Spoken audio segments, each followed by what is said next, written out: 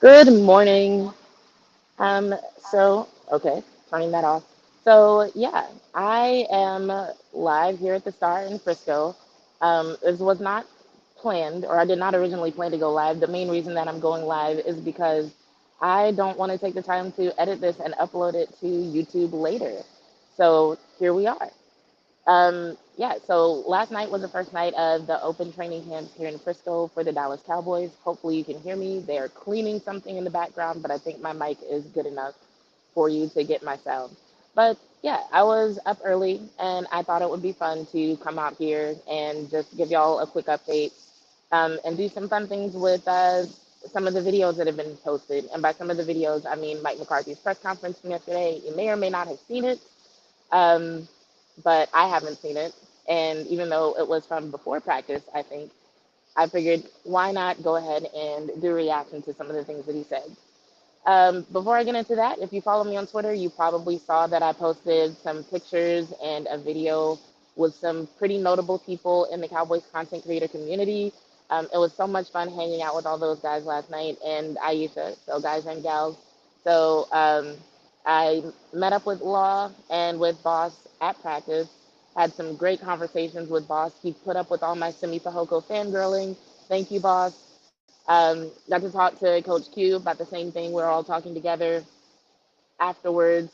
I went live with Boss and Coach Q and OC, and Law showed up. That was a good time. What else? Ended up going to dinner with, let's see if I can remember everybody in the video. There was Sky, there was Law, there was Vach, there was Boss, there was Aisha, and there was Brian Broaddus and me. Once again, I am so fortunate to have people show love back that I show love to, because talk about feeling somewhat out of place. I won't say I felt completely out of place. There were some good conversations and I did participate, but like I was just sitting there like, wow, like I'm not gonna say that everything should be commoditized, right? But it was one of those conversations that you wish people could hear just because it was that great of a conversation. Um, and it was one of those things that just goes to show you that, these folks, they really do love this team. They really do love football and they really do love this team, because there was no incentive for them to sit at that table and enjoy food and enjoy drinks and then still talk about the Cowboys, which, a lot of them have been doing literally all day. Like, somebody like Will Still, like he got up in the morning, did a show in the afternoon with Botch, went to practice, was interacting with fans at the practice, and then shows up at dinner and they still have more to say about this team that's represented behind me. So that was just truly phenomenal to just like see all the love for the sport of football and for the Dallas Cowboys, that even late into the night with no incentive, no audience, no compensation, it's like, yeah, we're gonna kick it and this is what we're gonna talk about. So good times. I had a good time the night before when you see me wearing my glasses the next day because this is Keystone checking in. What's up? Thanks for tuning in to this unplanned stream. Good to see you. But yeah, I had a good night the night before when I show up in my glasses the next day because I'm like, my eyes are too tired for me to put my contacts in. So here we are. Oh, we've got three people now. Cool. Um, so yeah, before I get into more stuff from practice last night, I'm going to put on this video of Mike McCarthy's press conference. We'll take a listen to it. I'll pause throughout it with comments, especially if I see something that relates to anything that I saw happen last night. So hopefully this all goes through my headphones properly. It would be nice if for once I could get through a stream without any severe technical difficulties. Speaking of which, if you can't hear me, let me know in the comments. If you can hear me, give me a thumbs up. It's not that many y'all watching, but it's enough for, somebody let me know if you can hear me. All right, let me get this shared and we'll hop into it.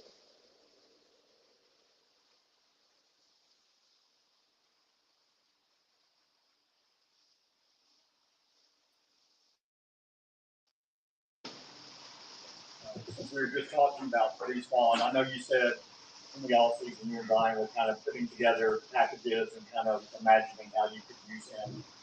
What have you seen from him since you've worked with him day in, day out here in camp? Okay, And first question is about Deuce Vine. what he can do? If you change some of those packages or your initial thoughts on how he can be I mean, exactly how we want to use our players, including Bruce. I mean, that's really what this week will give us. But I tell you, I mean, he's done a really nice job, really just operating in the flow of the installs. It isn't like we had a separate game plan for him against Jacksonville or Seattle. So, and we'll take the same approach once we get to the end of the week, as far as how we're going to play the Raiders. But no, I think he's done an outstanding job, and it's just like anything, and it's a part of the beauty of these preseason games. You give these young guys an opportunity to see what they do, and he's obviously played very big with his opportunities. It is interesting that he said that Deuce Vaughn has played big with his opportunities. But I'll say this in regards to him saying that they don't have a special game plan for Deuce Vaughn. One, you don't need one. He is a game plan by himself. And if you did create a game plan for him, it would have to be based on what we're already seeing from him because his style is definitely unique. Like, there are a lot of people. Tavis says Deuce will be a different back under the under the one. Yes. Okay. Sorry, I'm looking at the. I should probably just look at the comments here so I don't have to lean in. But yeah, so like what we're seeing from him already is different. Just his style of running is very different because it's like he's small, right?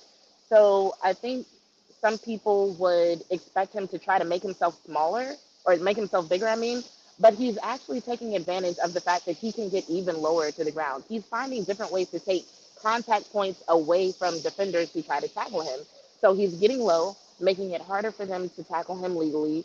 The way that he gets low actually makes it easier for him to take very wide strides. So he's able to change direction really quickly, not because he's like small and he can scurry away. He actually has figured out how to propel his body from like one side of a defender to the other, basically in one leap. And he does that because of his agility, which starts with that low stride. And basically, he's able to load his legs, propel himself from one side or from one direction to another. And it's making people miss, quite literally. So I think if they do come up with a game plan for Deuce Vaughn, they first have to evaluate, like, okay, what is he already doing? Because the last thing that you want to do is to try to turn him into something that he's not. I think the last thing that you want to do is try to be like, okay, we're going to come up with a game plan for this running back and then try to fit him into it. It's like, no, look at what he's giving you and then say, how can we use that, and then go from there. He's even smaller and slippery through the holes. It's like he's almost unseen.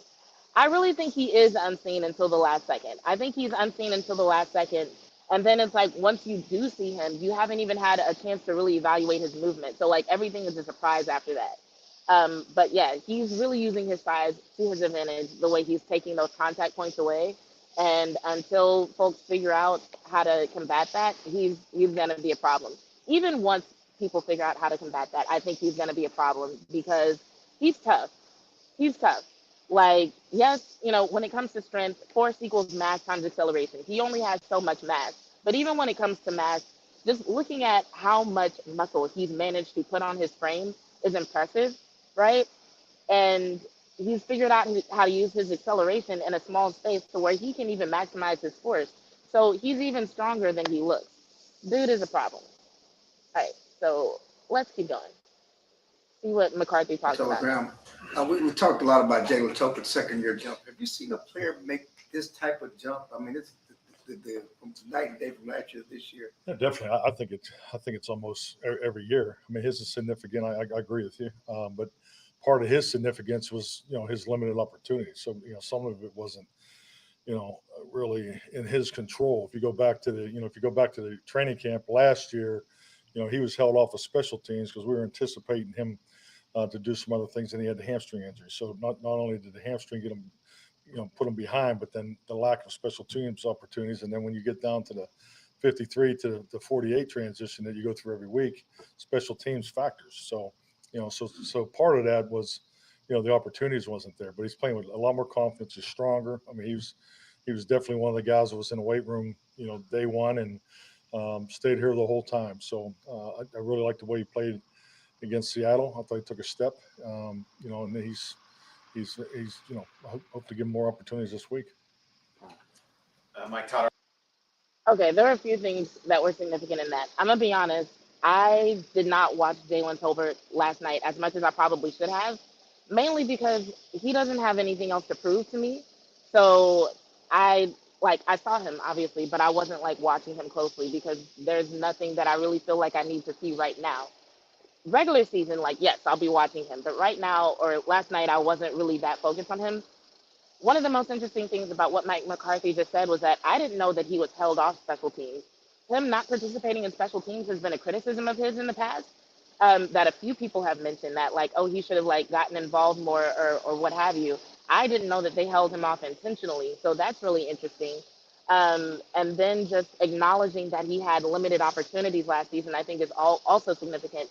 I've said in the past that when these players don't get as many opportunities, it can kind of stunt their growth a little bit because it's like yes you have practices and yes you have coaching, but in game is also opportunities to show what you can. Well, one, show what you can do. It gives you more opportunities to show up, and two, it also gives you more experience. In game experience is valuable, and when you don't have it, it does set you back in comparison to the people who do have it.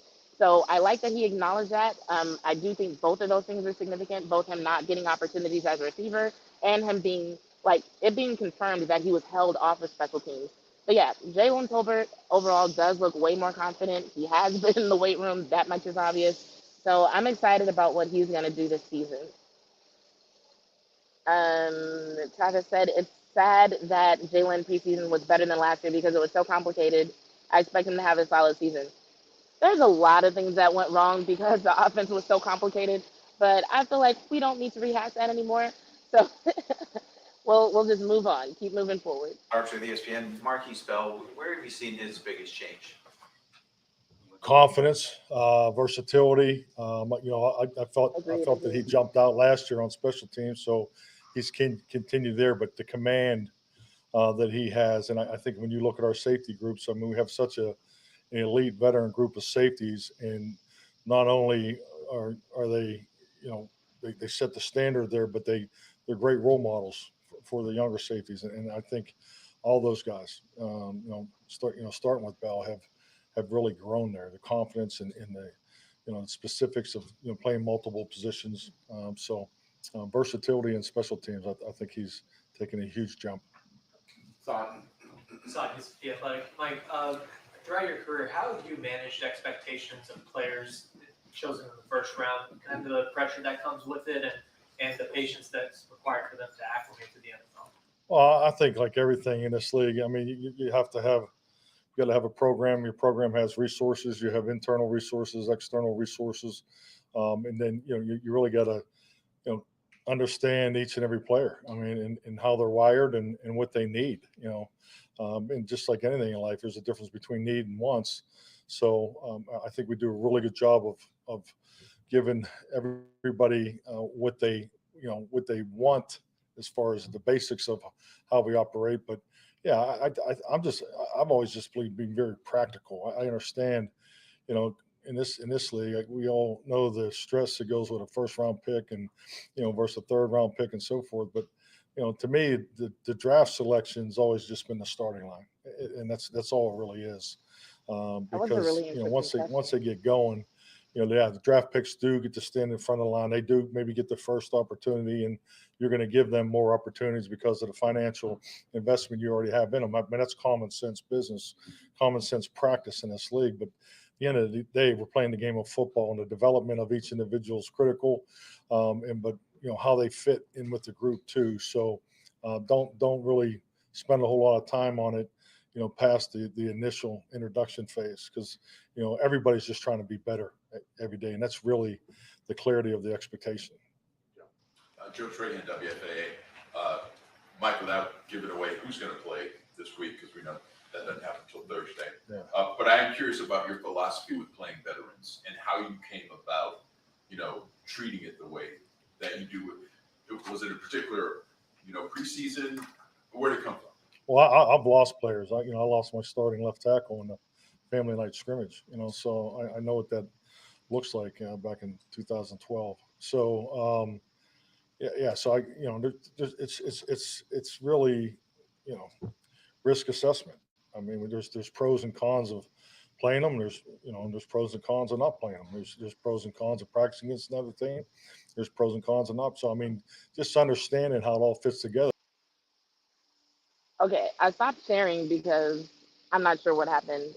Something happened with the video that I was sharing, and I accidentally closed the tab or something. So I might pull that back up in a second. Yeah, I thought what he said about the first round draft pick was really interesting. It was an interesting question, um, because it's one of those things that you would think might be somewhat of common sense. But um, I always think it's interesting when Mike McCarthy talks about how he manages the team and how he manages expectations and what he looks for, because he definitely makes sure to keep that human element in mind with the team, both when it comes to what he just said about balancing needs versus wants with the draft picks. Also, what he said in the past about just the importance of versatility. I feel like the whole principle of play call purpose is him understanding that, okay, these are human beings. They have to feel connected to what they're doing in order to succeed. So yeah, I think it's interesting that just in every aspect of how Mike McCarthy manages a team, he always manages to keep that human element involved. And I think that has a lot to do with why he's seen so much success.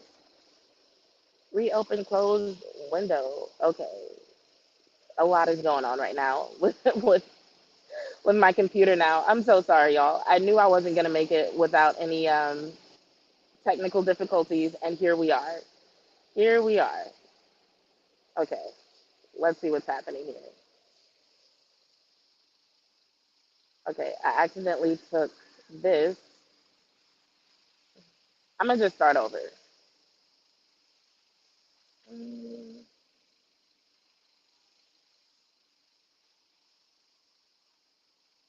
mm, mm.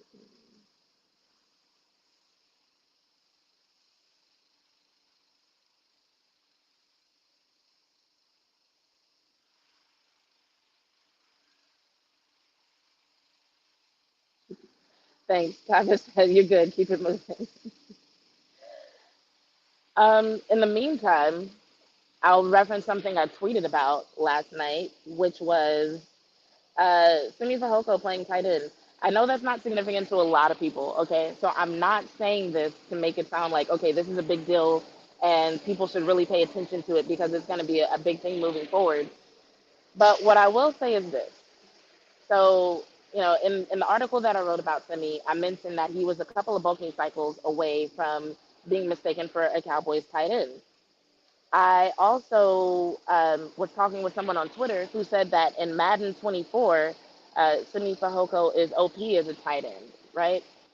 And so both of those things kind of had me wondering, like, okay, could this possibly be a thing?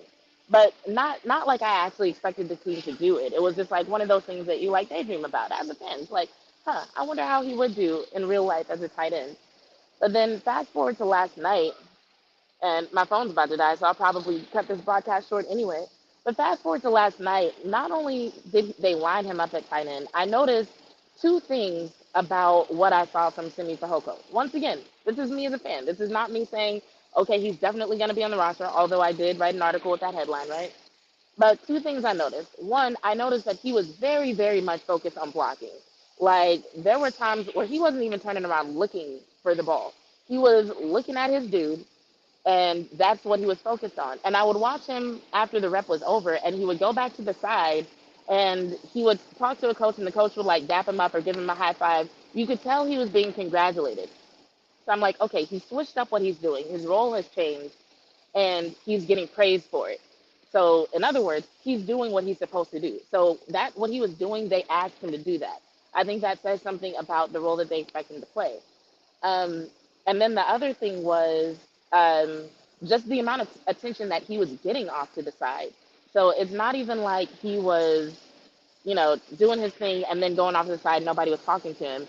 He was doing his thing, and then like there were, I want to say at least three coaches that were giving him special attention, special feedback, and like going to him specifically.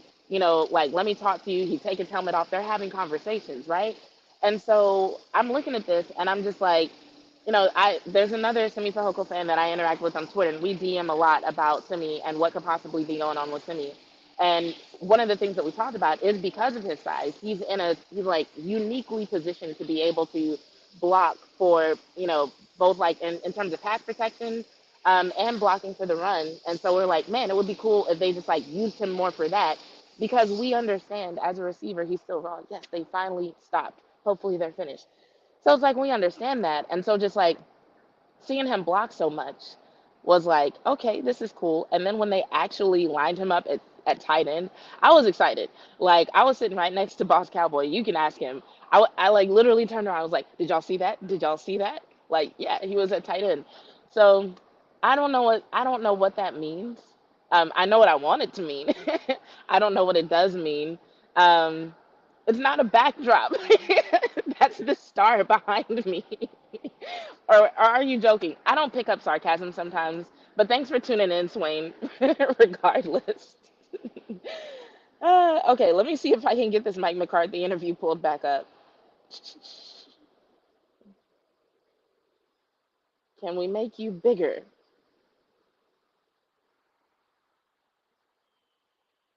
All right, I don't even know if this is where we left off. So I'm just gonna hop back in and we'll just kind of go from where we are. I know the last thing that he talked about was first round picks. Oh, that's what you mean by backdrop.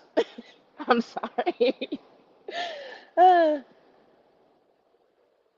my bad. It's early, and I have not finished my caffeine. In my defense, it's sitting right here in front of me. They have all these tables sitting out here, so I was like, I'm just gonna go sit at one of the tables. Like, why the hell not?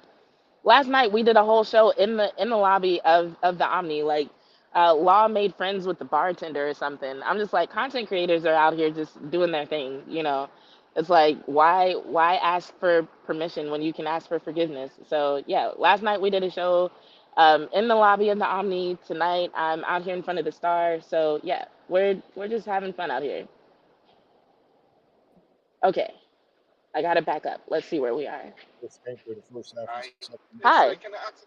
in the third quarter. And the third. Sure. What's your Yeah, question? my question is like the activities they're doing today. Is it like for today, tomorrow, and Friday, or just for only today? It's today and tomorrow. Today and tomorrow. So Yes. yeah, it's gonna be short for public. Is it going to be shot for the Like public? yeah, we normally do workout here every Wednesday morning. Uh huh. So I just want to make sure that so that we don't come back tomorrow morning if they're gonna be using this place tomorrow. Oh, I mean, you're fine. Like, you can walk. No workout. Oh, Exercise. workout. Yeah. Yeah, We you can do normally that too. we can use here. I don't Yeah. think so. Like right now? No, we cannot. Or right now? Yeah.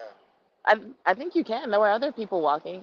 Sorry, y'all. I got a live studio Oh, audience sorry, my now. bad. I don't mean to disturb you. Like, whenever they're doing something, I don't think they allow people to do Okay. exercise and that, like that. We do video and all that shit. Well, I'll be honest. I'm not in charge, but I do know that there were people working out here a second ago. Oh, they were working and nobody Yeah. told them to leave. No, no. And I didn't ask for permission to be here, so I think y'all are fine. Oh, for real? Have a good time. Oh, she said there are some people working out here earlier. Yeah, I think you're good right now. What they're setting up for isn't until this evening. You're good. This is my first time with a live studio audience, guys. How are y'all doing? Um, Law can sell fire in hell. Yes. Oh my goodness. Okay, where were we? Third game. So I've done that format, So, but this format works for us.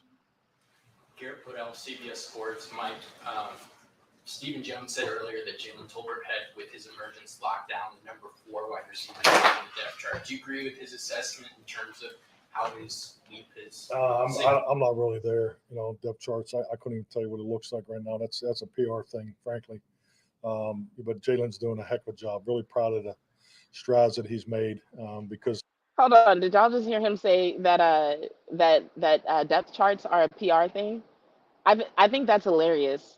Because honestly, I was thinking that because they put out the unofficial depth chart, right? And then they put out another version of it, and it really didn't change. And I'm just like, I just feel like somehow I feel like the coaches are not actually invested in this. Hold on, I need to go back just a few seconds just to make sure I heard that right. Let me listen to this question. In terms of lockdown, the number 4 wide receiver on the depth chart. Do you agree with his assessment in terms of how his Stephen Jones said earlier that Jalen Tolbert had, with his emergence, locked down the number 4 wide receiver on the depth chart. Do you agree with his assessment in terms of how his leap is? I'm not really there, depth charts. I couldn't even tell you what it looks like right now. That's a PR thing, frankly. But Jalen's doing a heck of a job. Really proud of the strides that he's made because you don't line up with 11 starters in this league. I mean, we're going to play as many personnel groups as we possibly can. And, at the end of the day, when we line up against the Giants, the 48 players that'll be active will dictate who plays and where they're at in the depth chart. But I clearly understand where Steven is coming from. But, I'm still, I got bigger numbers in my head right now. Inspired us with the AP. On Tolbert once more.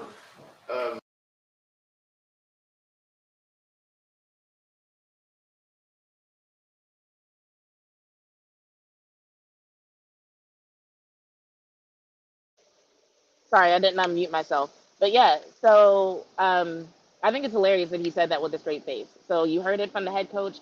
Depth charts are a PR thing.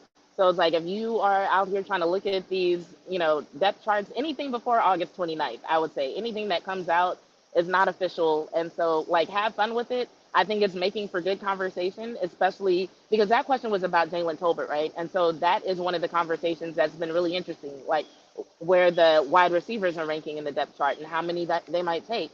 But they're a PR thing, which I suspected all along.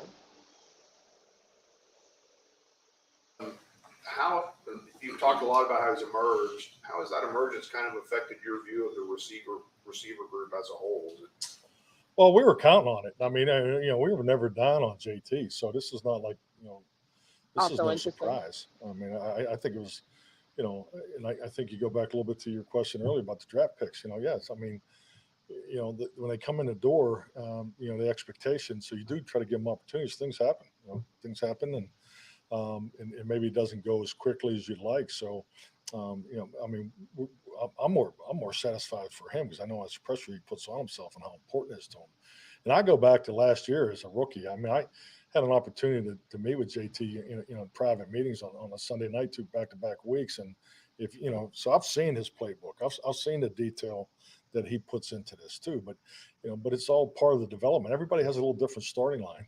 They don't all come in here with the same starting line. I think last year he was trying so hard to do it right by the letter of the law and by the way it was drawn and so forth. Now he's playing football. He's not just running the lines.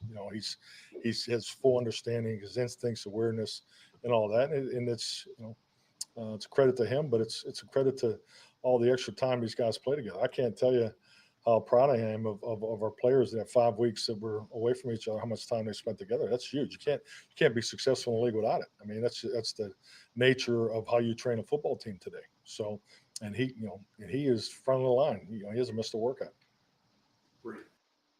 I just love that all throughout this entire press conference, Mike McCarthy is bringing up the human element. Like even him just saying, "Yeah, we weren't down on JT, and we understand how much pressure he puts on himself." Like just to even acknowledge that, because like let's be real, there are some coaches and some leaders that won't take that into consideration. It's all about what have you done for me lately, and they don't care if you've shown up for every workout. They don't care about the pressure that you're putting on yourself. And for him to take the time and acknowledge that, I feel like is really significant. I think it says something about how he views his players and just the value that he places on effort, even as he's waiting to see the results. Brian Ryan, Sports Illustrated Fan Nation. Jerry just shared his super excitement for Mozzie Smith, specifically to play against the 49ers. What have you seen out of Mozzie, and where do you think he's improved the most since arriving? Getting better. Get better with each opportunity. He's obviously has a lot of confidence. Has a lot of ability. But he's playing on a veteran defense. I mean, I think they've done a great job taking him under their wing. But yeah, he's doing very well. He's off to a good start. I love that. I don't have a lot to say about Mozzie right now, except that I feel like part of his I don't want to call it a setback. I think after that first game, like he did well, right? But there were a couple of things that you could tell caught him off guard, like especially getting attacked from the sides the way that he was. And so I think in an effort to try to figure out how to combat that, I think he's probably in his head a little bit more because he probably got some feedback about what to do about some of the things that he did need to work on, right? And this is just me speculating as like someone who's coached a competitive team in a contact sport before. Um, I wouldn't be surprised if he got in his head a little bit with all the feedback about the things that he needs to work on. So I love that Mike McCarthy is not going into a lot of detail about what he needs to work on or what he's not doing well or anything that he felt like wasn't as good in preseason game two as compared to preseason game one. He's focused on like, you know what? I see that Mozzie is a rookie who is doing well, and that's what I'm going to focus on. I love that. A couple questions, both regarding Luke Schoonmaker. One, how do you gauge his progress so far from his return from injury? And also with the absence of John Stevens, does that organically create more work for him, or are you guys going to stick to a pre-existing plan for school? Luke, boy, just real excited about what he's done. Just because obviously he didn't have any work in the spring and missed the beginning of training camp. But boy, he's done a really nice job. With his play time in both Jacksonville and Seattle. So excited about him to continue. Very instinctive, very aware. Football's comes natural to him. You can tell he's played a lot of ball. He's played multiple positions, been in a pro system. He has a really good feel for the game. So he just, he just like everybody, we can't get enough work in the pass pro and the run blocking part of it, just because you just don't have as many reps as we all would need. But those are the little things that he needs. But I think he's done an excellent job for the limited number of opportunities he had. And Jonathan, yeah, I mean, just both are rookies. I mean, it was so disappointing to get the news, of the MRIs. And you talk about two young men that have come in here and just really were having a heck of a training camp and both impactful. So, we just got to support them and give them everything they need and, make this year worthwhile and they'll come out of this stronger. But, yeah, Jonathan was, he was having a really, really good camp. A lot of big moments that he had in Oxnard. Last one, David. Has Brandon Cook offered to take you up in a plane yet? And what's your overall policy on pilot players? Well, I think first thing he told me as a Saracen has a parachute, so that gave me some confidence.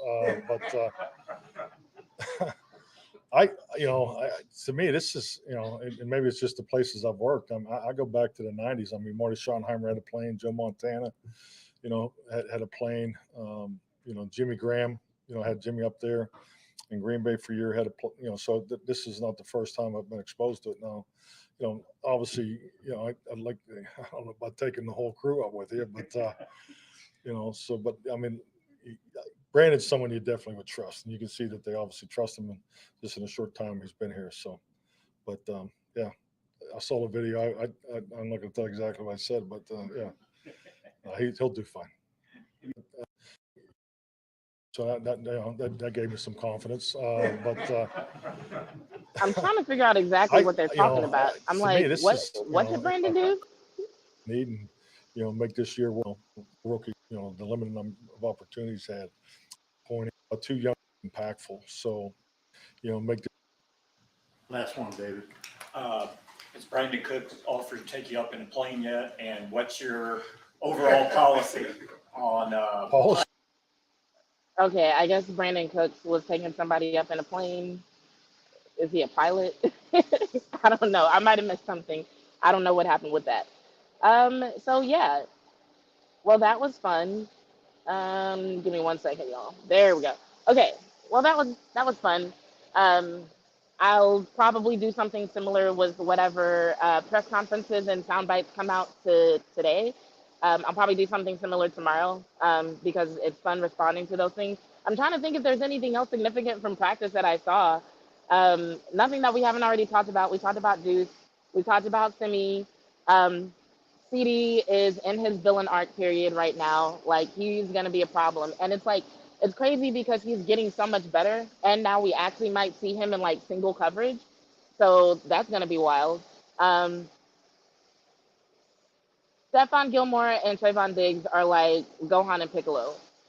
You know how like like Piccolo basically took Gohan under his wing and was just like, yeah, I'm gonna basically raise you. And I feel like if you notice, like anytime Gohan has performed his best, Piccolo has been around. And I just feel like having the two of them on the field is at the same time. It's just like what can you even do? But once again, we've talked about that as well. The reason why I'm running through things so quick is because I'm hungry and I'm going to sign off in a minute so that I can get some food and then watch Skywalker still. So, if you're up and you're watching me, I'm assuming that you're also going to watch him. So, yeah, unless y'all have any questions, I'm going to say, like, let's all go grab some breakfast and some caffeine and get ready to catch that show and his private plane. No disrespect taken, Travis. Thank you so much. And yes, it's summertime. I am even more melanated than normal. Bomb squad for sure. It's a few of y'all in the building. All right. So on that note, um, yeah, I'm gonna get out of here. I don't know what to have for breakfast. If y'all have any recommendations for my breakfast, tweet me or I guess X me. I don't know what we call it now. I feel like X is a really bad name for that app. But yeah, hit me up and let me know what y'all are having, and maybe I'll have something similar. But until next time, I'm Bitch 2, and I'm out.